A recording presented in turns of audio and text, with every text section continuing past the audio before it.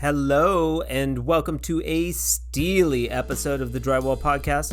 I'm your host, Nick Harmon. With us today, John Galtiero of Creative Wall Finishes out of Montrose, Colorado. I first met John a couple of years ago when he called about color matching a beautiful dark color for Fresco Harmony, which has quickly become one of our most purchased custom colors.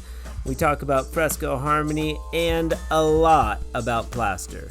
It's so like if you were to do like how would I say this? If you were to do like a textured plaster surface and turn around and squirt regular water into that and it would catch all the cat faces, there's always that chance of you getting like milk in the cat faces and being lighter from when you're spraying the bottle with the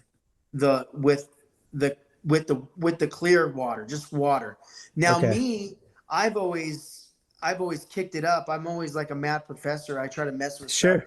90% of the time my stuff doesn't work, but 10% of the time it does. And I like to put the pigment that I use to mix the color in the plaster. I will take that out of the bucket that I mix the colorant with the water, and I put it in the squirt bottle and I use that, and I can make all sorts of modeling. Now, I haven't done that yet with yours with Fresco. Yeah, that would work. And I'm getting ready to see if I could do the same process with just getting one of your Fresco bottles, putting no drywall mud in it, putting a 5-gallon bucket of water, putting that in there, putting the squirt bottle in there, and squirting it on the wall and doing the same process as I do with plaster to do it with Fresco, just to see if it works. I'll bet you it would. Because that your pure color, and the colors are water based, so they're gonna work well with water. Your color is going to be richer when you you sort of squirt it and then trowel it off. Yep. Neat. That would be I haven't done that myself. That would be a cool experiment. We get deep into the weeds with plaster versus Fresco Harmony, and I really appreciate John's plaster knowledge, and I know you will too.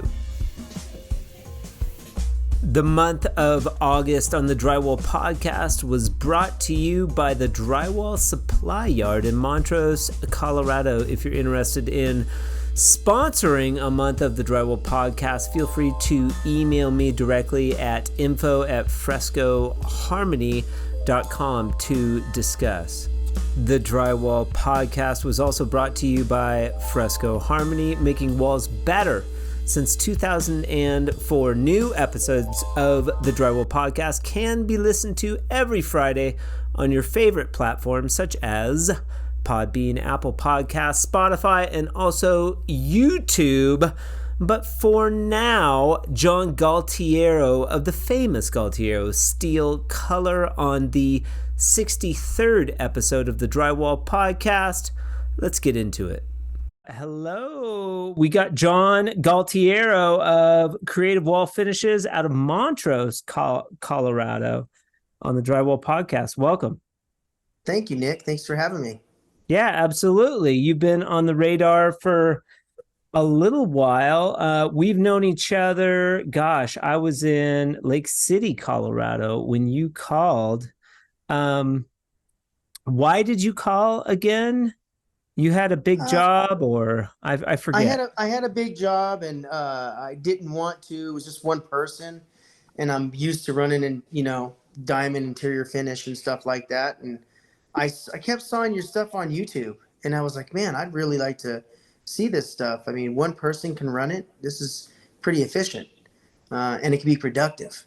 And I was like, man, and I'm getting a little bit older, so this is probably right up my alley. So that's why I called you up, and I was like, man, I want to check this stuff out. That's interesting because a lot of plaster guys are real sort of, you do plaster, you're proud of the plaster. It's like all you want to do. And sometimes we'll get maybe, the plaster guys kind of looking down their nose at a color joint compound system because it's not it's not traditional Venetian, all of Correct. that stuff. Walk me through your background real quick in Venetian plaster, because you're a drywall finisher, right? I'm a drywall finisher that started out. Actually, I'm a drywall finisher that started out doing stucco, doing EFIS, and then turned Okay. around and got into with a bunch of guys that did interior plaster, and started doing interior plaster. So, and then like all the other finishes came later, the Venetian and stuff like that. But it was mostly diamond. And when I first started, it was a base coat finish. Um, Okay. it wasn't a veneer. It was a base coat finish. It was two coats over a base coat, and Let, then they seal it with let's let's talk about that a little bit. Veneer base coat finish. Walk me through the prep involved in this type of plaster that you were doing. Are you prepping regular drywall, or are you using a special board?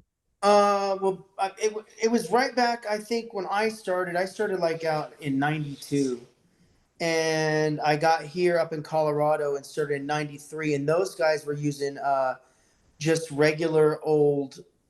I think Blue Board was just catching on. The Blue Board Okay. was catching on, and they were doing back then. They were doing the mesh with the base coat, and they would go through and they do all that stuff. Then they would put two coats of diamond over the top, and then Okay. turn around, and then after they were done, they would oak on it and stuff like that. They'd integrate the color in the plaster, kind of almost just like the fresco, but just in almost actually the same process, just a little bit different. They would Yeah. actually put the water in a 5 gallon bucket with whatever it takes to make a 5 gallon deal of pigment, and they would put it in the water, Okay. and then they would make it where you can mix any amount at any given time, instead of using, okay, this is what we need for a half a bucket, or this is what we need for a full bucket. So Okay. that's how stuff started out. So, but And yeah. that's half bucket versus full bucket because of the setting time. You have a certain amount of time to work with the medium before it goes off. Correct. And when I mean, you could, if you have small sets, you could do accelerators and stuff like that, retarders and stuff. But I never really got into that stuff. We just had enough people to run the big runs. But you would have to have a large amount of people to do like a big, huge run. If you had like a 20 sheet ceiling lid, you would have to have anywhere from 4 to 6 guys to run that thing. What? So it was pretty Why intense. is that? Um, it's because the way, so you first coat it, and by the time it starts setting up again, you have to have the ability to keep running that wet edge all the way through to the end of the ceiling, and then fall back and have enough guys to second coat, and then turn around and water trowel, then soft trowel, then hard trowel. So if you had a 20 sheet lid and you had something that went off in 45 minutes, you would lose the ceiling if you didn't have enough people. So that's what would Interesting. happen. And then Yep. you still have it's pretty laborious. I would assume the blue board versus regular drywall. Isn't there kind of a difference there with labor intensive Yeah, and yeah. also cost, right? Costs. So what I found out too, even before I started, they used to hang the sheetrock reverse. They used to brown board it. They would actually flip Okay, the sheetrock around, and they would cool. brown board it. But that was like ways before I even came in. I'm hearing that was like in the '70s and '80s and stuff like they were doing stuff like that. And Why would they flip the board? so I think it has something to do with like the pores and the the brown paper in the back would suck up and adhere to the plaster a lot better than the white paper, and there was no recess on the back. So Oh, yeah, there was no recess on the back, so they would just mesh it and they would bond it, and they would turn around and they'd run their plaster over the top of it. So yeah, that's how that stuff would work. But as time went on, then they did the taping and one coating over regular type X or ceiling board or anything, the ultralight. You could do that over that. And they would tape and one coat it and turn around, and they'd bond it. And some places would want you bond and prime to shut down the substrate so you wouldn't get any flashing. okay. I think that's why the Fresco Harmony is such a good product, is because you when you put the drywall mud over the whole thing of the sheetrock, there's no flashing. And I think the flashing comes Right. from when something dries quick and you see the bands, you can see the butts, things like that. So I think when someone skims it with regular drywall mud, you don't get flashing. It's the whole Interesting. thing. The substrate is sealed, it's done. And I think that's why the Fresco comes in so handy when it comes to that Weird. stuff. It is weird. I have to say that's like a happy accident because that was not my intention. We were, full coating like in Crested Butte, Colorado. We were doing the Okay. base coat texture with a pool trowel over the whole surface, and that was a good finish because you didn't really have to finish the drywall, level 2 or 3, maybe light All the way. sand, and then your angles just tape, and then because you're pulling out a full coat, if you finish your angles properly. That's interesting. Very cool. Very cool. So Yeah. you were seeing like the advantages from a plaster standpoint of the Fresco Harmony, provided it's strong. And granted, it's not as strong as a Venetian plaster finish, but there's also advantages to the malleability, I feel like, of the mud because you're not battling like taking the tape off. And that's correct. That's Hairline correct. cracks, like things like Yep. that, patchability, stuff like that. And I think harder the material and harder the material, I think you have a chance of, when it's that thin, a harder material, it's going to crack. You always have that, and you have that with drywall mud. It's so porous, and the plaster's so dense, and that's what happens. You get cracks in a plaster, and then you got to turn around. Either you have to cut it out, skim it, tape it, faux paint it, or you Okay. rerun the whole wall. Okay. So the things with the Fresco is like you're way ahead of the game. You could patch with this stuff. You can't patch plaster. The only way you can patch it is taping it, and then putting, coating it, and then turn around and putting up and faux paint it, unless you're going to rerun the whole wall. That's And just to be clear for our listening audience, there is with any multicolored surface, there's challenges with patching, because I've also come into situations where the patch will flash a little bit and you have to sort of faux out the edge with a match paint. With darker colors. With lighter colors, they seem to patch fairly well, and you can like blend the edge with just your sanding off the all-purpose mud, like with your hand, and just kind of blending that way. Lighter colors, I feel like, patch really well. And then if you have to reskim wall to wall, it's not as big a deal because your all-purpose mud keeps in a bucket. You can bust out or mix another batch. It's whatever. It's $30, $40, whatever. It's not as big a deal. That all kind of came later. All of those, and also color consistency as well. So I know getting color consistency with plaster is also can be challenging, right? It can be. A lot of people used to take it straight out of they used to mix their colors right out of a carousel, a paint carousel, and shoot it right, just like paint into the plaster. And I always felt like that was never efficient, because you would have to, like I said, you would have to mix a certain amount, like half. This is what it takes to make half if you use that color. This is what it takes to make a full bucket. So by putting the water into a bucket, a 5-gallon bucket, and then putting the pigment in there, and then turning it around and mix and boxing it, and then turn it around, you can mix 1/8 of a bucket, you can mix 1/4 of a bucket, you mix a half a bucket, you can mix 3/4 of a bucket, and it's all the same color. So that's the cool thing about doing it that way. The other thing is when you do it that way, is what you're doing with the Fresco. You really, it's really hard to get a color very dark with interior plaster.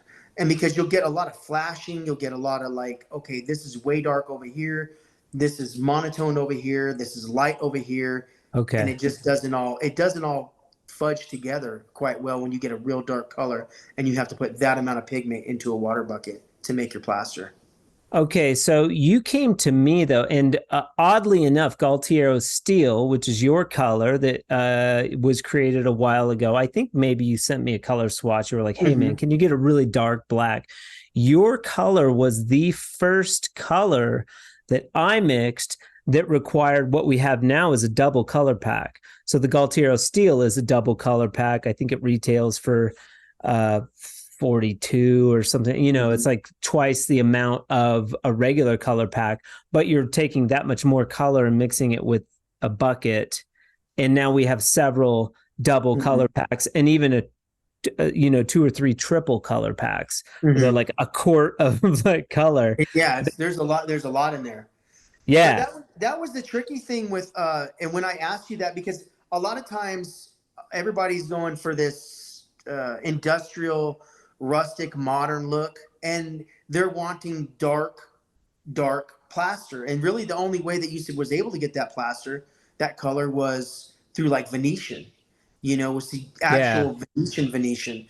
And for someone to say, hey, I want this with diamond, or I want this with like fresco, I couldn't even fathom like putting pigment into a bucket of mud and saying, hey, I'm going to get this dark of a color consistency all the way through, because it's hard to get that dark of a color like in regular diamond or anything like that. It's hard. You almost have to wash the wall. You have to actually, when you're putting it on, you have the actual pigment that you made the plaster with, and you're spraying it into the wall. So it's very hard to get that color like you got with Galtiero Steel to be in the interior plaster. Interesting. Yeah, because I've seen like and one limitation to frescoes. I mean, really rich fire engine reds and like cobalt blues, like those. Like I've seen some gorgeous Venetian plasters with this like rich cobalt blues or purple. That's kind of challenging to get with Fresco Harmony.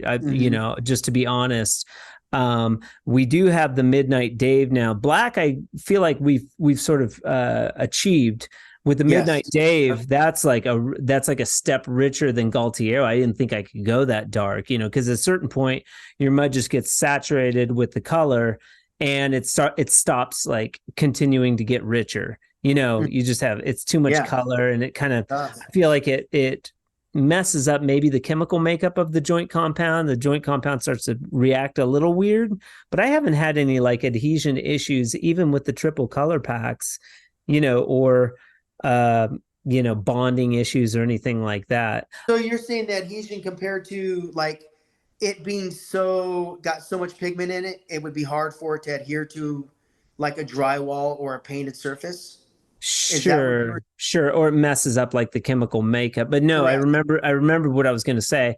The water, I've had people ask me like, oh, well, if I put more water in, because on the second coat, I tell people, well, thin down your mud for the second coat, and it's sort of easier to put on. It goes farther. You get more modeling. People have asked me, well, doesn't that affect the color? Now, with plaster, is extra water going to affect the color? It's so like if you were to do like how do I say this? If you were to do like a textured plaster surface and turn around and squirt regular water into that, and it would catch all the cat faces, there's always that chance of you getting like milk in the cat faces and being lighter from when you're spraying the bottle with the clear water, just water. Now me, I've always kicked it up. I'm always like a math professor. I try to mess with stuff. 90% of the time my stuff doesn't work, but 10% of the time it does. And I like to put the pigment that I use to mix the color in the plaster. I will take that out of the bucket that I mix the colorant with the water, and I put it in the squirt bottle, and I use that, and I can make all sorts of modeling. Now, I haven't done that yet with yours with Fresco. Yeah, that would work.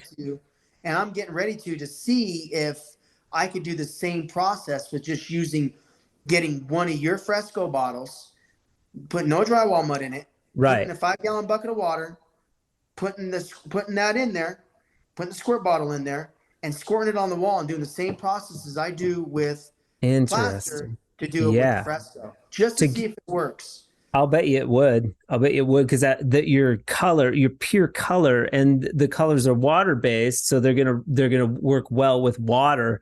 Your color is going to be richer when you Correct. like you sort of Yes. squirt it and then trowel it off. Yep. Neat. Same That would be difference. a cool, I haven't done that myself. That would be a cool experiment. Now I've done. I've been watching you guys now on some of them, but what I've been doing is I've been using 2 colors at a time Okay. and not waiting till the first coat fully dries, and I Okay. will go in with a second color. So what I did on one of my walls, I did Martina Storm on the back Okay. Okay. on the first coat, and then I turned around and I did Galterio Steel on the second coat with a hand texture. Let it set up a little bit. Then I turned around and I swirled all that in and knocked it down, and I meshed them both together. And so I have a high and a low with the Yeah. Martinez in the back and the Galterio in the front. Now So I'll tell people when they want to do multicolor to do the dark color underneath, because then that pushes through the lighter color over the Yep. top. So Yep. my recommendation is always, well, do a lighter color, like do the Martinez over the Galtiero, because you're going to get those Yep. lines, And veins. we've always done that too for like, because we used to do that too with interior plaster. We would actually do one coat of one color and then turn around and put a hand texture over the top with a different color, and then hand texture it, and then turn around and get the same color from the first coat in the squirt bottle, and then put it on the second color coat while we're knocking it down. So you could always mess with that stuff, and Sure. it's crazy. It's really never ending. It Yeah. just keeps going on. So, but yeah. Yeah, you get into etching and Mm-hmm. stenciling, and I mean all the cool stuff they're doing with Venetian plaster stenciling. You can do all that with joint compound as well, and Yep. you can get the multi surfaces and colors and all of that. I try to keep it simple, but staying in the same vein of color, talking about color, and just sort of keeping it simple. You know, when a lot of people ask too, well, can you do like half a bottle? And I'm always like, well, no, not really, because you want that color consistency. But what you're doing is completely different. Now, what I would caution is if you're mixing the color in with I would even say like a gallon. You could do like a gallon of water and do Mm-hmm. half, because the ratio, I guess, wouldn't matter at that point, but you want to make sure that your color, like almost like they call it a slurry, like when Mm-hmm. you would mix all of that color into water, rinse out the bottle really good, so you have color Yep. consistency in your water when you mix it. Like, okay, I'm going to do 2 gallons of water per one color pack. make sure that Mm. make sure your color consistency is there with your water, so that you could duplicate that on a large surface. It's all about Mm-hmm. color consistency. That was one thing that came about very quickly, hence the color pack. Mm-hmm. And so if you're listening, if you're mixing the color pack in with a box of mud, you always use the full color pack, and people will say, oh, well, isn't that wasteful? It's like, yeah, but it's still only 35, $40 for a bucket of mud, a box of mud, and the color pack versus, Yeah. whatever with plaster, whatever you're paying, whatever's happening there. Yeah, and the cool thing with plaster is once you mix it, you have to use it. Right. You can't put a lid on it and say, "Hey, I'm going to save this away for 6 months," and turn around and like, "Oh, Right. look, I'm going to reuse it." Or uh, the kids come over, the grandkids come Yeah. over, put a ding in the wall. You're calling somebody on the phone and going, "Hey, do you know how to patch plaster? Have you ever done it? Have you ever? I need it patched. I heard they faux paint it, you know." And Yeah. then you're talking hundreds, sometimes thousands of dollars Yeah. to do walls in interior plaster. So Yeah. I think with the fresco, and my thing is too is what I was gonna talk to you about is um, Yeah. I have a lot of people hit me up to do patches on plaster and stuff. Right. And I was going to do because you use drywall mud anyway when you patch plaster. Yep. I was going to take that color of the plaster, hit you up and say, hey, yes, I need this color. So when I go to do my base coat, I don't have to do that much faux painting. So yes, yeah. And it's because that fresco, when it's put in the mud and then you put it to a wall that's plastered, it almost looks the same. I mean, yes. there's not much difference. The only difference is the modeling, which the modeling comes from plaster, is marble dust. You know, a lot of people think it's the lime, Okay. but it's actually the marble Interesting. dust. It's the marble dust, and it's the colorant that you put in there. Because if you do regular white plaster with no pigment in it, and you go to hard trowel it, you hard trowel it good, you're gonna get a gray to a bluish color if you hard trowel your white plaster hard. Love So it. yeah, so you could actually get that color and then turn around, get the fresco, use it for a patch on for your base coat, for faux painting on your plaster, and turn Absolutely. around. Yeah, and then so it's saving them. They could actually do that instead of Yes. calling somebody up and say, hey, I need a faux painter. They could actually just use fresco over their plaster and Yeah, use it for. and I'll take it a step further. Like I have done that, and it's Dyrene Candy and it's Westbrook Tan. Those two, Westbrook Tan was actually fashioned. That color was fashioned after a plaster wall here in Albuquerque. They wanted that plaster look, and I've used those two colors. Dyrene Candy, it's a light pink, and it's kind of like a salmon. And then the Westbrook Tan is a very tannish, light, like kind of like a kind of yellowish a little bit, but you kind of get that. They call it red top or whatever, which you can't. The color, they get it from a different quarry. The color doesn't match now, or they don't offer it anymore. They've discontinued the color. It's like a nightmare. I have people coming to me asking for plaster patches, and I jack up the price. It's like, okay, yeah.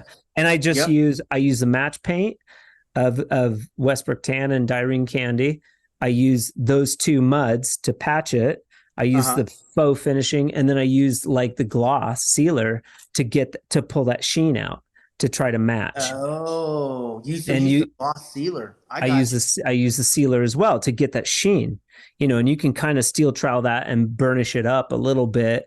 But if you're quasi artistic, and you have a good eye and you faux finished a little bit, you can definitely use Fresco Harmony to patch plaster. Oh yeah. Which is what we're talking about. I was sitting there one day and I'm like, man, I bet you Nick can match this, and just I could actually use this as a base coat. Then I wouldn't have to faux paint that much. Correct. So, and that's the thing, because faux painting could, at the end of a job, on a plaster job, after everybody's gone in there, because and a lot of people don't know this, but pretty interior plaster guys are really second from the last people that go into a job if it's done correctly.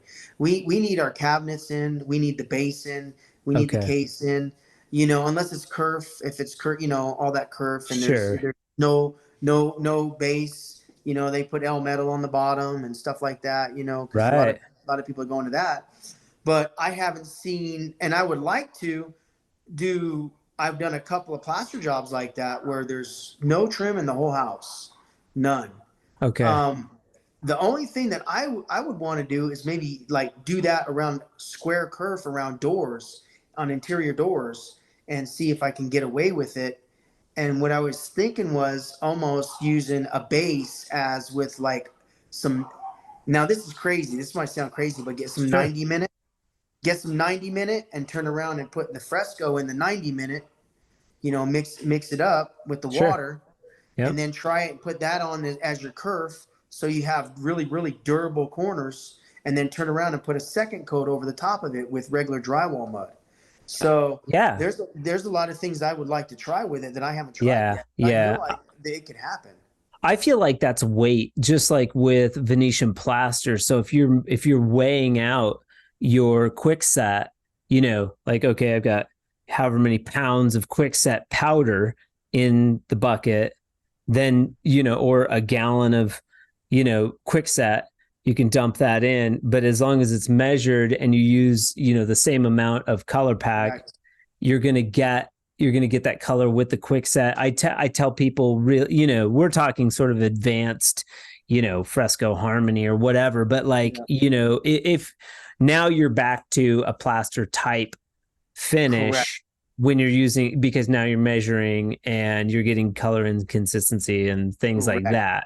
I've always just kind of like, my shtick has been like affordability and speed. Like, let's do the whole house. Let's do the whole room. Why do an accent wall when you can like skim out the room 3 times in 3 days, gravy, and you're charging a cheaper amount with the prices of paint. It's like, well, just do Fresco Harmony. We'll skim out these walls. There are texture paint. Doesn't matter. We don't have to prime it, or we don't have to, skim it out, which you would need to do anyways with joint compound. Like, put the color in the joint compound, make it look like plaster. Client's happy. You're making extra money.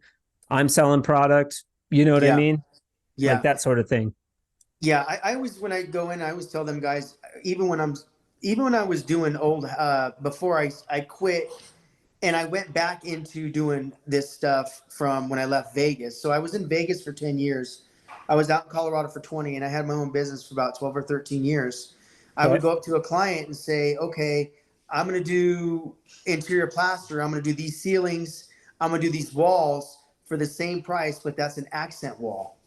So I would do that. And then they would like, hey man, can you do the fireplace? Right. Said, yeah, I'll do the fireplace for nothing. And it'll save you $4,000 from not doing the stonework on it. And they're like, oh, let's do it, Right. So I would do that. And then it multiplied by then. And then by the time that was going on, I was like, hey, I'll take the paint money. I take the texture money off the job. All you're out is the base case to paint the base case and the doors. And you can pretty much do that yourself, and you have plaster. Yeah. But now with this Fresco, this Fresco is a whole different ball game, because you're actually even doing the job faster with Fresco than you would with interior. Interior plaster, people they freak when they hear the time frame. You're like, what?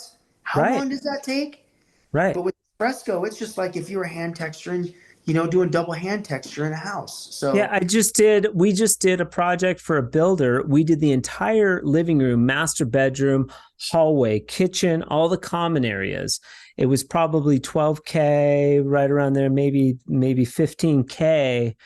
We did the plaster in 3 weeks, and that was on the long end. Mm-hmm. Like, my guys working 6-hour days. All we're doing is going over the level 2, tape and 2-coat, no sand drywall with the Fresco system. Yep. The builder was saving on, that amount of work. And then they did traditional Venetian plaster on 2 fireplaces. That plaster guy was there for 3 months. No joke, on the 2 fireplaces. Yep. And we did probably 40 times as much Fresco Harmony in a fraction of the time. And you're going to that. And the problem with that is if you do true Venetian plaster, you have to do a level 5. People don't understand that. You have to you have to get to a level 5 even before you apply your 3 to 5 coats. Why is that? Venetian. Because Venetian is such a, like the second coat of Fresco? Yeah. When you put the second coat of Fresco on? Yeah. Every coat of Venetian is trying to add depth. Hence, the walls in Venice are 18 inches thick because of the canals. And true Venetian plaster is trying to add depth. That's what you're trying to add. Yeah. So that's what you're trying to do, is add depth with the modeling. Yes. When you're doing I know people that put 3 coats on, which you shouldn't. You can get away with it, but they do recommend anywhere from 4 to 5. But you can do 3. Yeah. Okay. But it has to be a level surface, because you're pulling something out of a can that's only a gallon can. That can goes so far because it's put on so thin at a time each time. Okay. Each process. All right. But what you're trying to do is add depth. Is what you're trying to do. Like the second coat of Fresco, you would have to do that like 3 to 5 times over a level 5 surface. Right. Cool. I think the depth too can come with the Fresco Harmony when you go to the colored sealer. So then you're getting like these, we offer 4 different colors of sealer now. But that's just to make it efficient for the end user. You do a light color, you go over it with like the smoke sealer, and you're creating like a transparent, translucent sort of, surface very simply. Like you can Yes. take it from like, because the other sort of issue, or people are like, well, there's not it's more mellow. Like Fresco Harmony is more mellow than Venetian plaster, and it is. You can create depth in different ways. I've found that the chillness of Fresco Harmony is a selling point as well. It's not Well, overbearing. and you hit the nail on the head, because that's true. Because if you go to people that will look at like diamond interior and they go, "Oh, I don't like all the modeling. I don't like all that stuff. Is there any way to tone it down?" And to tone down diamond interior plaster is really hard to tone it down, because Okay. especially if you have a long run, everybody's strokes are different. You get somebody in there doing different strokes, and you're trying to do a monotone finish with diamond veneer. It's almost impossible. You can do it with the lighter colors, but when you get to the darker colors, it's almost impossible to do. It just has, So and similar to Fresco, it just has its own look. People are like, oh, well, can you get the shiny burnished plaster with Fresco? And I'm like, no, it's its own thing. You can get what you get. Make a sample always. It's an interesting conversation. I mean, I like it, and I like that your plaster background. We can, get more in depth with colors and systems and things like that. well, I was just for you to say that, to go on to that. Well, you were asking about, because a lot of plasters, they don't like to talk about, oh, I'm a plaster, and I'm not going to use this product. The problem with that is it's mostly usually, and I'm like, I mean, I'm older now, but I'm not as old as those old guys, but Yeah. they're stuck in their ways, and Yeah. they don't want to evolve. There's a box, and they're going to stay in the box. They're not going to get outside the box. Sure. And I'm the younger generation that's like, hey, let's try this. Let's do this. Let's see if this works. Yeah. Those guys are like, nah, it's this or nothing. And I know a lot of guys that are diamond guys that don't like Venetian. And then I know Venetian guys that are painters that don't like diamond because they can't spread diamond, So Sure. there's that hate and discontent towards everybody. I could do this, you can't do that. And it's like, Yeah. and my thing is, and I'm not shooting my own horn, but I can do all those things. Sure. And if there's something that's easy and it could be done by actually like a homeowner and it's almost foolproof, Why not? why wouldn't you want to use it? And I'm not trying to cut me out of not working or doing like coming in and doing stuff on their house when the house needs to be fixed or remodeled. These homeowners could actually do Fresco. I Yeah. mean, if you really want to, I mean, there's really no wrong way to do it. I Yes. remember asking you like maybe 2 years ago, hey, could I roll this stuff on first coat? And you're like, Yeah. yeah. So I rolled it on, Yeah. and I put it on second coat, and it's like I just saved my shoulder. You know Yeah. what I mean? So a homeowner can do this stuff. I mean, it's a good product, man. I really like Thank it. you. And Thank if you you. can see in the background, I got Burns charcoal. So Nice, nice. Yeah, it's Burns charcoal is kind of a lighter, bluer gray, very yeah, pretty. We've got like 3 bluish grays, and we have 3 gray grays. Very cool conversation though. This is how the podcast sort of started, was talking to dudes like you, or regular, drywall guys, that we would just sort of get in these long-winded conversations about texture. If you're texturing a whole wall, well, why not dump a color pack in and try out some Fresco or whatever? yeah. It's a cool conversation. And I was just talking with Cam Brown, It's You Man Cam, this morning, about even on the influencer side, like doing Fresco Harmony adds a whole new realm of possibility for even like video content that's interesting, versus just another, review of the box or something like that. It's really good content, if you're trying to bolster your, your social media content or whatever. Very cool. But let's get into how you got into the trade. I mean, are you first generation? I'm actually first generation. Well, it's either the four I got broken in by. What is it? Your dad, your uncle, your brother-in-law, or your brother? Yeah.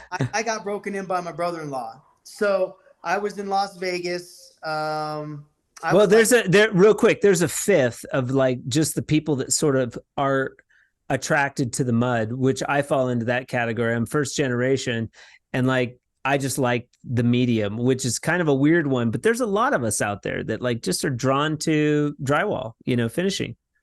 yeah, and I loved it. I mean, so I first saw it when I was a kid. I had one of the neighbors come with my brother's neighbor came over. He was a drywaller. And I was like 8 years old, and I was like, man, this is cool. I've never seen anything like this. So when I met my brother-in-law, I was like 12 years old, and it was in Las Vegas. And I got to sand, detail, and mix mud with a mixing paddle, with the mixer. And I weighed a stomper? The stomper. I weighed like 75 pounds, and and all I did all day for these guys. And they're running the bazooka through these big, huge houses in Vegas and stuff. And, down there in Spanish Trails. I mean, it just had to be like 87, I think 86, 87. And then when I hit 17, I was full-time from my junior year to my senior year. All through my senior year, I was full-time. And turned around, graduated out in Las Vegas, turned around, moved out here in 93 to Montrose. And I started from there. I was doing drywall. Then I got into EIFS. And then from EIFS, I got into hard coat stucco. And then from hard coat stucco, I got into interior plaster. And then after that, I've been going ever since. So. And that was just huge out in Vegas too, right? You were probably laying out a bunch of stucco and plaster. So when I was back there, I went back for 10 years. I was out here for 20, and I went back in 2013. And this is what I tell everybody about drywallers. Drywallers are really resilient. So I got into pools down there with the mud. I mean, if you know one mud, you could always learn how to do another mud. Sure. And that's what I always say. And I started doing pools. I started doing pool decks with concrete overlay. And then I got into epoxies. I got into stuff like that. Then I got into showers for concrete overlay, which got me into tile because I was doing pools with the tile. Yeah. So with drywall, if it has to be straight, level, and you can read a tape measure and you could use mud, there's really not anything that a drywaller can't do. And I'm not saying that in a bad way, but I'm saying that to all the drywallers out there. Yeah. Like, we're unique. I know we got a bunch of memes and stuff on Instagram and stuff like that. Like, we're mess ups and deviants and all that stuff. But we are. It's okay. It's okay, John. There's a lot of derelicts in this trade. yeah, there is. I mean, and I get it now. And I'm like, I watch YouTube, and I got some of these guys on there that's like, hey, this is how you do it. And I'll just turn around and I'll hit the like button, just to be nice sometimes. And I don't want to go ahead and say, hey, you're doing it wrong. Everybody has a way to do it. But when these guys never learned from somebody or got broke in by somebody, and they turn around and tell a homeowner, hey, this is how you do it. And then they have guys like us go in there, and they're like, you're charging me what to fix what? And it's like, always don't listen to that YouTube certified stuff. Listen to somebody that's trained, that learned through the ranks. They got yelled at, you know what I mean? So it's one of those things. But we're persistent people and do different things. And I think we're a good part of the trade of all the construction trades is drywallers, So I love it, man. Yeah, it's pretty cool. So when was the point in time at which you branched out onto your own? Can we talk about that transition a little bit? So I was doing, it had to be like 2005. I branched out on my own. I was running I was pretty much like a supervisor for a stucco company and here in Montrose, and I wanted to go back to doing drywall and stuff. How'd you get to Montrose from Vegas? How did that happen? So my brother-in-law was born and raised was raised out in Montrose. Okay. That met my sister. And when I was 13, I came out here and visited, and I was like, when I turn 18, I'm going to move out here. So the day after I graduated high school, I came out here. I had my bags packed. What'd you like about Montrose? Man, it was different. It was so because Vegas is a weird town. To most people, they love it. You know, they love it. I tried it again. I left when I was 18. I went back when I was like 37, 36. I went back and I went for 10 years. The daughter graduated from UNLV out there and went to school out there. And I decided to come back because I knew it wasn't for me. I knew it was like, hey, this is done. I need to go back home. I miss the small town stuff. Yeah. You know, I miss the mountains. I want to go back home. And so that's the reason why I came back out here. Okay. Yeah. Cool. Yeah. And that's when 2005, when you first went to Montrose, that's kind of when you started your own gig? Well, I came out here in 93 from graduating high school. And then in 2005, I went and I started my own gig, and I started doing, you know, I actually started out doing drywall. I wasn't doing any stucco, and everybody knew me from doing stucco, but I actually started out doing drywall. I got broken first doing drywall. Then, you know, like I said, the EIFS came, you know, all that other stuff, the hard coat and the plaster. Sure. So I broke out on my own in 2005, and then I ended it out here like in 2013. I left 2012, 2013. Then started my business in Vegas for a little bit, and then did pools, and I did a lot of custom stuff. I actually did, because it's so hard to compete with drywallers and stucco guys out there. It was so hard. So that's when I got pools, and I started doing all the, you know, the custom stuff. And I found out that's what I like to do more, is the custom stuff. And that's why I like the fresco so much, is because you could be so creative with it. Yeah. And do different things with it.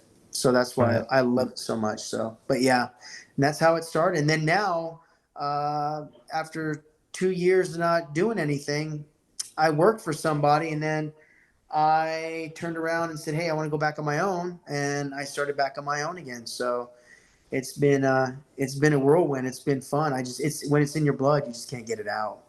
Yeah. How's it been going back to work on your own now? I mean, have you had challenges drumming up business? And why drywall? Why not stucco in Montrose or whatever? Well, the stucco, I do want to do the stucco, but the only problem with doing the stucco is this stuff is seasonal here, and I'm getting old, and I'm like, I really don't want a tent in the wintertime. You know, I want to do maybe 1 to 3 seasons, maybe spring, fall, maybe not even do fall, because you can't catch it in time, and you got to start tenting. But spring, you can be going, hey, let's wait 2 or 3 weeks and turn around, and let's wait 2 or 3 weeks and let's start your project. And if you're listening, we're talking about temperature in Montrose, Colorado. We're talking about extreme cold, like where the snow comes in, and it's like, you know, for products to go off properly, they have to be heated. The tent is an enclosure around the structure that enables the stucco guys to do their job in the winter when it's ridiculously cold. I like drywall in Crested Butte because it was like, we're indoors, there's got to be heat. That's like in the contract, you know. So we were always warm. In the summer, you're always cool, because you're out of the sun, you know. Telluride's that way. That's why I like Telluride. Yeah. I don't like driving the 65 miles every day one way, and it was just like, I'm tired of this. I don't want to do this no more. So you're driving from Montrose to Telluride? Yes, every day. Oh my God. 130 miles a day, 5 days a week. That's a lot. And it's hard. It's hard to get a full day in, you know. It's hard to wrap your brain around it when you're going like, okay, I wake up at a certain amount of time in the morning. I cut my gym time out. I can't go to the gym. You know, the only way I can go to the gym is if I wake up at 3 o'clock in the morning, go to the gym, and then turn around, and I got to be on the road by 6. And it makes it hard, because by the time you get to the job, and you only want to work 6 hours a day, and people are like, man, you're only working 6 hours a day. It's like, you drive 15 hours a week, and you tell me if you like it or not. So, well, and if you're listening too, Colorado's kind of that way. I worked with dudes that lived in between Gunnison and Montrose, and they would drive like an hour every day to Crested Butte to work one way. And that's just kind of the way Colorado is. There's a lot of like distance, and I mean, there wasn't a drywall supply yard in Gunnison. So you would have to go and get your materials from Montrose. Now I there do is believe now. the drywall supply yard has a location in Gunnison, which is nice for the Crested Butte dudes. But the Colorado is just kind of that way. Challenging to work in, unless you're like me, you lived in Crested Butte, worked for a company in Crested Butte, and that was still sporadic. This was 19, 20 years ago, Yeah, that's the thing. But I Crested Butte is a cool area. It's just one of those areas that's just Crested Butte reminds me of Ouray in a way, like Ouray, Colorado. Yeah. Telluride is a different animal. I mean, that's you're dealing with there's very few far in between like down to earth people in Telluride. Right.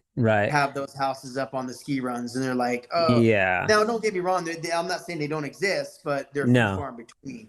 And we're talking about the word I think is Aspenization. They're these ski towns in Colorado that have become commercialized: Aspen, Breckenridge, Olive Vale. In the early '90s, or mid '90s, I lived in Silverthorne for a year, and I worked all through Frisco, Dillon, Breckenridge, Copper Mountain. I worked in Vail, Beaver Creek. I worked in all those areas, and it was cool because I was younger and I got to experience it. But if I was to do it now, I wouldn't even choose to do it. I'd be like, no, I don't want to do it. There's no way I'm not doing it. But oddly enough, Eagle, Out West Drywall Supply, and Eagle, and Glenwood Springs has been doing well with Fresco because of the Aspen Vale. Those markets, these old salty plaster guys. I went up and did a training in Glenwood Springs, and there was 30 people there. And we have projects in Aspen now. I think you hit the nail on the head, and I think that's the problem with. And I'm not trying to say this in a bad way, but that's the problem with Telluride, because it's such a tight knit, and that's where I got broke in doing plaster, was Telluride, and. It's tough, man. These guys do not want to conform to any way. They want to keep what they're doing. They don't want to change. They don't want to evolve. And I'm more of the younger generation of plaster guys that are doing it now. And I don't mean to be messed up or nothing. It's like, why wouldn't you want to like put more notches on your belt to learn and to have? Sure. If you wanted to go to so these guys will stay, and like you said, these guys will go up and work up there for 6 months, 7 months, turn around, have no plaster work, and just sit on their hands. The way I think is I want to stay consistent. I want to keep going. I'm going to learn me something else, because if that dies out, I can go down into Montrose and I can go push Fresco. Yeah. Yeah. And that's what I'm getting ready to do. That's what I want to do. Just people that want their existing painted texture covered up, or, if you're doing remodel work, you can be like, hey man, well, have you considered Fresco? Show them a sample and go from there, and a color chart. And, I think part of the challenge is that the newness, you'd think that it's, easy to push a new product that's proven and works, but like a lot of people, they haven't done it, they haven't seen it, the builders haven't seen it, and so there's a challenge there, oddly enough, but it's there. It's up to the drywall guy to really push it, Nick Boyd at the supply yard, he's a fan, but those drywall guys got to push it to their builders. You've got to sell it. I do it in Albuquerque because I cut my teeth many years just selling it. And now I'm the Fresco guy in Albuquerque. See, you make a perfect point. Now, me going back on my own, if you work for some of these companies, you gotta use the product that they want to use. Sure. And they're not selling this stuff. Another thing is if you turn around and see, I paint also. And I can give them an option. There you If go. they say, hey, John, I want you to come hang tape, texture, and paint. I'm like, hold on a second. What if I show you this product and this is what you want to do? And that's what I hope that I'm able to do and push this. Because I used to do it with diamond, with veneer when I had my right. I think I could push it now with this stuff. And it's I got my son. My son's only been he's been doing this for 5 or 6 months now. He's walking around on stilts, hawking trowel, doing lids, you know, and he's loving it, you know, and he's like, Dad, let's get more fresco. Well, there was a job, 5,000 square foot house, this massive house in Albuquerque. I knew the guy. I had done a plaster patch for him, a small plaster patch, $500. He was happy with it. Got lots of money.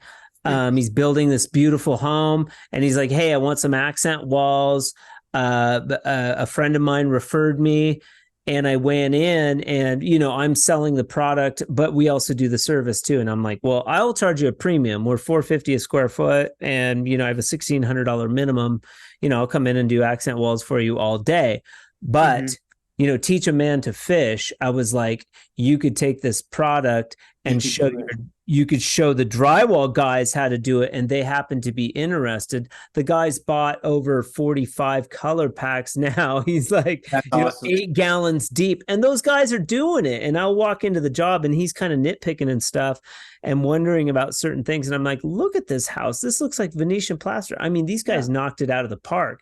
It looks phenomenal. It looks like high-end Venetian plaster. They even figured out a way to do the outside, because on outside corners can be tricky because the metal flashes. You have to build them up. They're using an outside corner tool and floating all of the outside corners preliminary. And that's how I do it. They're floating the inside corners too. That never even occurred to me. That's the process of interior plaster also, even when you do bullnose or everything. Okay, all right. Corners, you run everything first, your corners, that makes sense. Your bullnose, and build those corners up. Then you come into it and build it. And then you don't have any mishaps with the corners. So, right. Great. Yep. Right. Yep. There's some. And a lot of times what we did with that plaster is we would turn around and, like, whatever color we were using, we would go get like a pint paint and turn around and paint the corners, just in case they did come, you know, where you didn't put enough mud on there or whatever. Sure. And then you can turn around, and then we would corner tool it, do what we had to do, and then move on. But that works. My fresco too. That works too. Or like we'll do the Fresco Harmony, build up the corners, and then like maybe the little bit of metal will flash, and you can go back and like just touch it up with a match paint. Yeah, there's nothing wrong with that too. I mean, that's like plaster too. I mean, you know, and I'm not trying to be messed up to the homeowners or like GCs or superintendents. If they get this product, this is an imperfect product. This isn't level 5 paint. You know, I tell everybody that. I'm like, if you want an imperfect product, do level 5, no texture, and paint it. Right. That's the only way you're going to get something within 95.9 or 99. Well, if the drywaller is good. Good. Yeah, because you could get some level 5 and say, oh yeah, it's ready, but it's only ready for wallpaper. So no, I get it. Right. Now stop me if I'm wrong. The numbers that I've ran, you know, doing hang finish Fresco Harmony versus hang finish paint and texture, I'm right around 20% to 30% over the paint and texture cost. Like, am I out of line there? Would you say that's accurate? No, because that's right. And I always tell the homeowner or the GCs, like, hey, you're going to have to, if you want that, that's what happens is you're about that percentage, and you're going to have to eat the painting of the doors and the painting of the jambs, case, and base. That's what you're going to be out of. And I'll even say, like, you know, you run texture in like your closets and pantry too. Correct. You can texture those and paint them, no big deal. And sometimes those are easier to paint because they'll put the shelving and cabinetry systems in the pantry closets first, and then they'll shoot the whole thing. Correct. And that's super efficient. So you could have the painter do that, and the painter might get pissed off because he's losing out he's losing out, but who gives a shit about the painter, right? Yeah, they do. Like, It's perfect because I'm the painter sometimes too. So right. it's Done. like, yeah, it's like, what do you want me to do? Do you want a fresco or do you want a plaster? What do you want to do? And then I try to not try to get people into doing plaster because it holds me on a job for so long. Okay. And I stay there for so long when you run plaster. And people don't, like I was saying before, it's like it just takes so long to do when you're doing plaster compared to like if you were to hand texture or do fresco. And then you're cutting out the paint all Right. in one. So Now, yeah.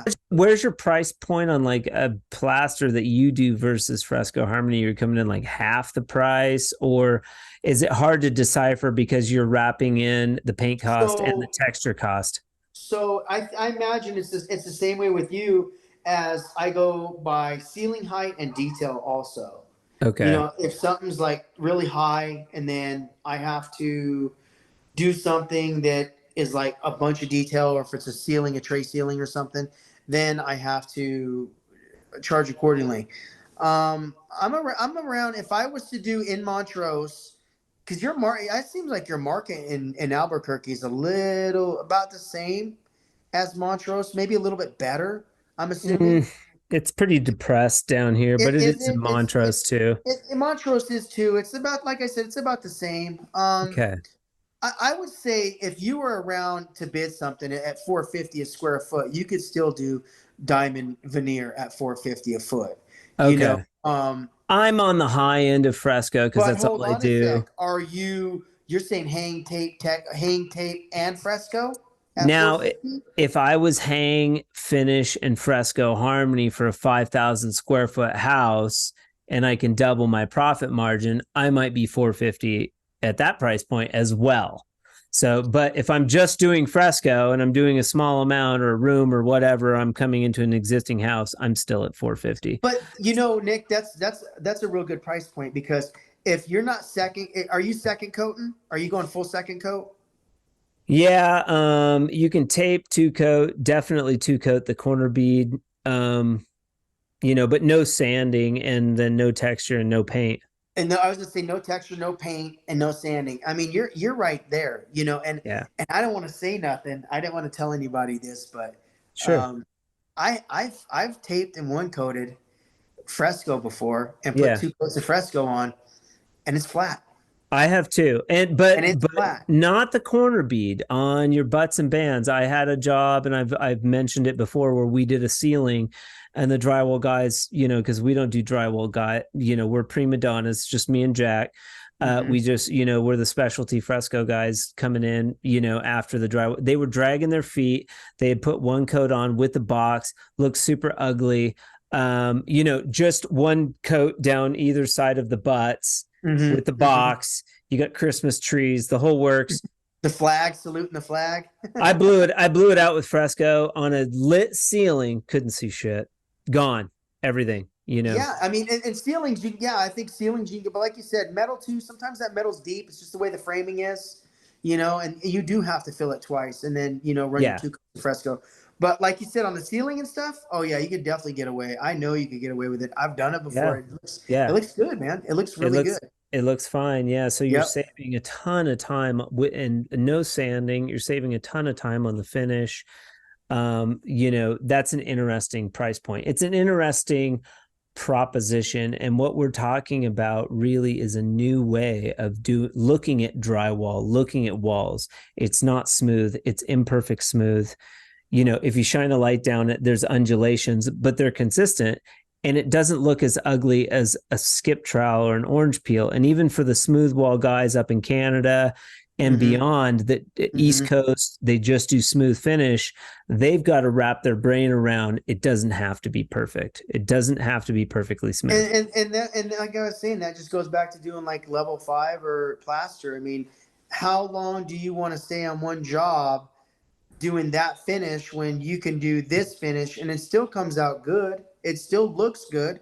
If you're from back east and you want smooth wall, you want level 5, then they're stuck in it. That's what they'll get. That's what they want. But it blows me away. And they don't really understand texture, but why is like ugly ass broquet finish on a ceiling, okay, but then like I'll get pushback from like a slightly imperfect Fresco Harmony finish.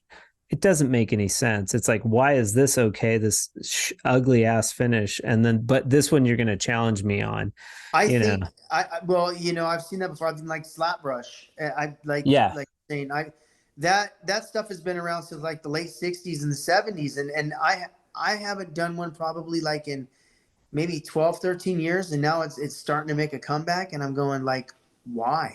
I mean, yeah, I see it on drywall stuff now, and I'm like, why would you even want that in your house? But at the same time, I've I've done a hand texture with the fresco too. I mean, it sure. looks good. It looks good. I mean, you could I do it with cat faces here and there where it looks like, Yep. hey, this is dimes here and there's a little bit texture here, and you get more modeling, and then when you go to put the clear coat the clear coat over it, the gloss, it looks Yep. good. I mean, it's just so many There's different a things dude to from do. Idaho that does, all of his Fresco Harmony is like, he's like doing like a skip trowel on the first coat, and then he's doing like he's just got his own way, and he says the clients like that better than the way that I do it, and I've just figured out a way that kind of works: heavy base coat, tight second coat, seal it. But that is not like there's so many ways to skin a cat here, to use the cat And, face and yeah, analogy. well, yeah. I mean, but that's always the thing. And like I said, you get on the internet, you see these guys on here, and you're like, oh, I do this better than you, or this is better than you, and it's like Yeah. I don't understand it. I mean, I've worked with hundreds of drywallers, over the Yeah. course of being on like commercial jobs and stuff on hospitals and prisons and stuff like that. And these guys have a lot to offer. There's a lot to offer from learning from somebody that I I had already like 10 or 12 years in the trade, and I was learning from a guy that had maybe 4 years in the trade, and I learned something off of him that I've never Sure. seen before. That he learned from somebody, back east that Oh was a yeah. hand finisher, and I was broken in as learning. You learn the pans and knives first, but I was always around. We were around tools all the time, Yeah. so it was a cool thing to learn from a hand finisher, and I'm like, there's a lot of things that people have to offer, and you're doubting them because it's not the way that you do it. Everybody's a sponge, man. They learn this stuff is cool. I mean, if you're banging on somebody all the time, that's bad. Like I said, the other thing, the bad thing is though, is these guys get on YouTube and they teach these homeowners how to do this stuff, and this is not the way. It's not the way. And then they have guys like us come in and they're wondering why is this blistered? Why is it costing so much? Well, you got blisters everywhere. You got shiners on your corner bead. Your corner bead's Yeah. twisted. Yeah. Well, he told me that's the way it's supposed to look. Well, that it's not supposed to look that way. And then these guys are Sure. making YouTube videos, and then they're having millions of likes, and you're going, where is the guy that's actually doing this stuff halfway right? And Yeah. then those are the guys that get on there and say, and they're getting no likes, no nothing, because Joe Schmo's doing it this way. Yeah. He's saying some funny stuff in there, and then he's getting likes. When I saw your YouTube videos, I'm like, man, I got to check this guy out. Because it came across my feed, Fresco Harmony, and I'm like, Interesting. it was, I'm like, what is this stuff? This is like, and Nick, I've tried for years to put pigment in mud, Sure. Sure. Well, and it never worked. this is It, interesting though. Why, it like never what? worked. Because I mean, you get people too. Oh, he's just dumping color into mud. I mean, yes, that's part of it, Part but of it. there's a lot more to it that I had to figure out. Through trial and error, lots of failures and stuff like that. Yep. What happened? Why do you think that you trying to put color into mud didn't work? What were the reasons? I was I was trying to put the straight will. I would have vials left over from interior plaster jobs, Okay. and I would like try to do the same thing instead of putting the pigment into the bucket. I was trying to do the same thing with the water thing, like I did with plaster. I Okay. would try to put that in a 5-gallon bucket of water, put it in there, box it up, and then start putting my color in there and mix it up with the water. And my colors would never get dark. It would be like a hint of color in white drywall mud, so it was. Did you ever use paint? Did you ever like try using? I did. I've used paint. We've used paint one time, and it was doesn't work. It was a mess. It was a mess. Yeah. It looked like garbage, man. It was like, and I showed the thing to the lady before, and we're like putting the pigment in, and then we would get it where we, like you guys do, we'd put it in the hawk. We'd put the pigment in the hawk and the drywall mud, and we'll just try to mix it up just a little bit and then smear it on the wall. And it's like, oh man, it's going to get that effect. It never did. It was like, it was streaky, and then it was like really dark. It looked like an ice cream sundae is what it looked like. It didn't look why do you think for you that the Fresco worked? Just I'm the type of guy that's always thinking about like, what can I do to be real cool, a product to be real cool and put it on the wall. Sure. And get it done at a certain time where I can get this done, this amount of footage done, doing this, and not, how would I say it? And not being on there too long and turning around and trying to get on to the next job. Okay. Fresco does that. Fresco is combining all this stuff because plaster, you can't do it with plaster. You can't. You're on a project for at least 3 to 4 weeks. And if sometimes you're on a project I've been on plaster projects 6 to 8 months on big, huge jobs. So would you say the color chart is extremely helpful? Oh yeah. Yeah. Oh yeah. And it's spot on. That takes some of the headache out. It's like, here, choose a color.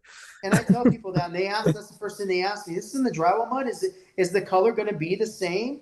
I'm like, yeah, whatever you see right there is pretty much and I tell people this though too. I said, hey, you got to understand something. Your lighting is everything. Yeah. When something's not monotone, it's a big, huge mood ring.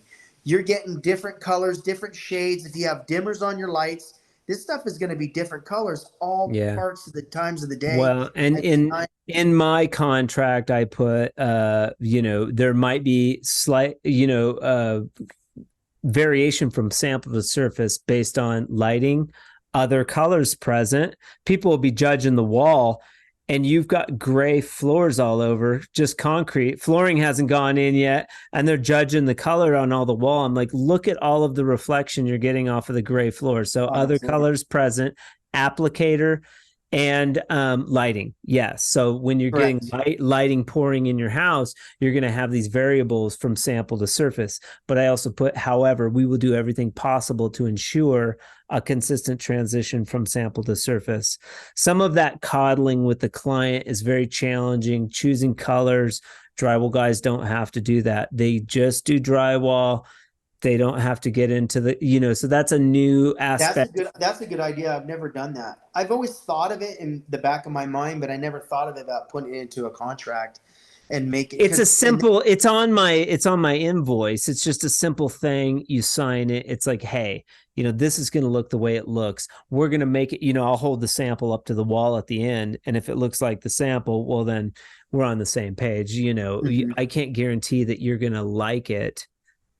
There's no guarantee. This is art. I mean, you know what I mean? And I try to tell people too, they always like, well, can you put it on a sample on a board? I said, and this is what I've learned doing plaster. I've always put I'll pick up a good sized closet on the back of the wall, and I'll go in and I'll put the sample on the back of a closet wall. Okay. Or somewhere, because it's big. Then, because you've seen it before. You've probably seen it with texture.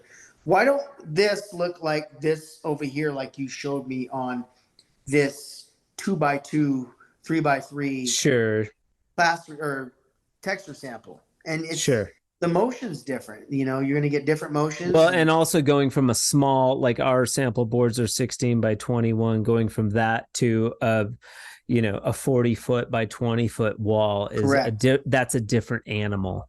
And it might look subtle on a sample, but when you get it to an enormous wall, you're going to have plenty of color variation. You don't want that little sample to be so busy, because when it translates to a larger area, you're like, oh my gosh, this is a lot. You don't want for the walls to take over the house. You want for them to be this beautiful backdrop. Mm-hmm. But I do tell everybody though, Nick, it's the most footage in the house is your walls and ceiling. Make them look, when I see these people, they're like, oh, I'm gonna paint the wall flat white. Yeah. And I'm gonna do white over here, and it's like, don't you want to liven it up a little bit? I mean, it's they go in and they're like, oh, this is what I want. I want it to be all white, semi smooth, and it's like, man, just put some color in here, put some life in here, and that stuff, Fresco, it just does that. Yeah, it's simple. It's simple to sell an accent wall. This is a fantastic conversation. I mean, a lot of the interviews that I do, we don't talk a lot about Fresco, but you with your plaster background, it's just so fascinating to sort of dive in. I'm not even really biased. I mean, I use Fresco just because it's efficient and it's cost effective, and it's the only thing that I've done. I'm selling it, so that's what I use. But having the plaster background is fantastic. It's great to talk to somebody who's sort of done both and is open to sort of different possibilities. Somebody wants Venetian plaster, you can do it. You also show them a sample of Fresco. Maybe, it's half the price. They can judge for themselves and go ahead with it. But you're offering whatever they want. It's just another feather in your cap. It's pretty cool. And you have a sweet color, Gualtiero steel, which is extremely popular now. I don't know how that happened, but it's a very popular color. It's a cool color. We did it in Columbia, up at Columbia headquarters. We did Gualtiero steel in their conference room. They love it. So Chad Hesher out of Ohio, he's geared up to do 2 back-to-back Gualtiero steel projects. Awesome. So the color's actually really gained. Itchy Man Cam has used it. So it's gaining in popularity. It's a great color. It's really fun to name colors. When somebody comes to me with a custom color, it's fun to name the color after the person, and it's kind of like something special that we've that I've done for many years. Even the signature color series is all based after clients that have Fresco Harmony in their home. One thing I ask all of the interviewees is a pearl of wisdom that you could bestow upon the drywall community. What would that be? Wow. That's a good question. What would that be? Bestow. You know what? I'm going to be honest with you. And everybody says, oh, when somebody says that, be honest. I wish we could get more young people to do this trade, and maybe even have trade schools so we could learn how to do this stuff right and do it where drywallers get such a bad name. Yeah. And it's just, I love the trade. I've tried to get away from it. It's given me major anxiety before. Yeah. Man, all I can say is, man, if you're a drywaller out there, just keep putting the mud to the wall, man. And just show everybody what you can do, because drywallers are, like I said, drywallers are a unique bunch of individuals, and that's what we are as individuals. Everybody has different ways to how to do this stuff, and if we can all get together on forums like this and kind of hey, man, let's see what you do, let's see what he does, let's see what I do, and we can all get together and kind of put our brains together. There's really nothing a drywaller can't do. So, you hear me now? Yeah, I can hear you now. I lost your audio, dude. What happened? I have no clue. That's so weird.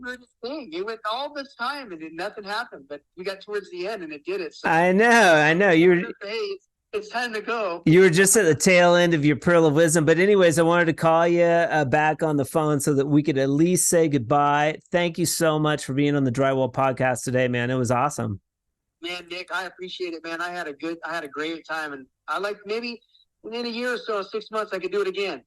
Yeah, well, I mean, we just went to Montrose. I hung out with It's Cali, super cool guy, Ernesto, really cool dude.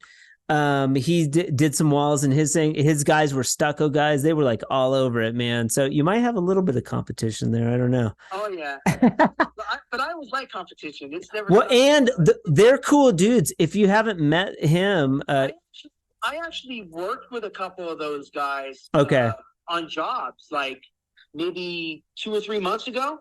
I worked with a couple of those guys that work for those guys. So they worked with us for a little bit. So, he's a super cool dude. Cool guys, man. We hung out with Nick, from the Drywall Supply Yard. Great guy, But yeah, cool, man. Next time I'm in Montrose. I mean, you guys are only 6 hours, I think 6 hours away from me here. So, and also if you ever want to come down and do Fresco Harmony training, come on, man. Just come down, hang out. I'll take you up on that. I'll go down there and do that. Hell yeah. We're doing jobs all the time, even if it's like, a friend's wall or a house or something, or the place where I'm staying or what. There's always jobs to do down here, man. So set it up and come down and we'll hang out. Yeah, I'd love that. I appreciate that, Nick. That'd be great. All right, buddy. I can't believe this audio. What in the world? But hey, it was awesome, man. We'll talk soon. Hey, thank you, Nick. Have a great night. All right, you too, buddy. Talk to you. Bye. Special thanks to John Galtiero of Creative Wall Finishes for being with us on the Drywall Podcast today. I appreciate your time. Such a cool conversation. Guests of the Drywall Podcast will receive a sweet swag bucket from our friends up north at CSR. CSR, supplying all of your drywall needs in Canada and beyond. Check them out at csrbuilding.com for more information. If you'd like to be a guest of the Drywall Podcast, it's as easy as emailing me at info@frescoharmony.com. Call me up. Let's chat. Let's talk some drywall. I would love to hear from you. The Drywall Podcast in the month of August and a little beyond was brought to you by the Drywall Supply Yard in Montrose, Colorado, also supplying your drywall needs, and they may have a little bit of Fresco Harmony if you go and check them out. Thank you so much for joining me on the Drywall Podcast today. I hope all of you have an amazing Friday, and remember, keep drywalling.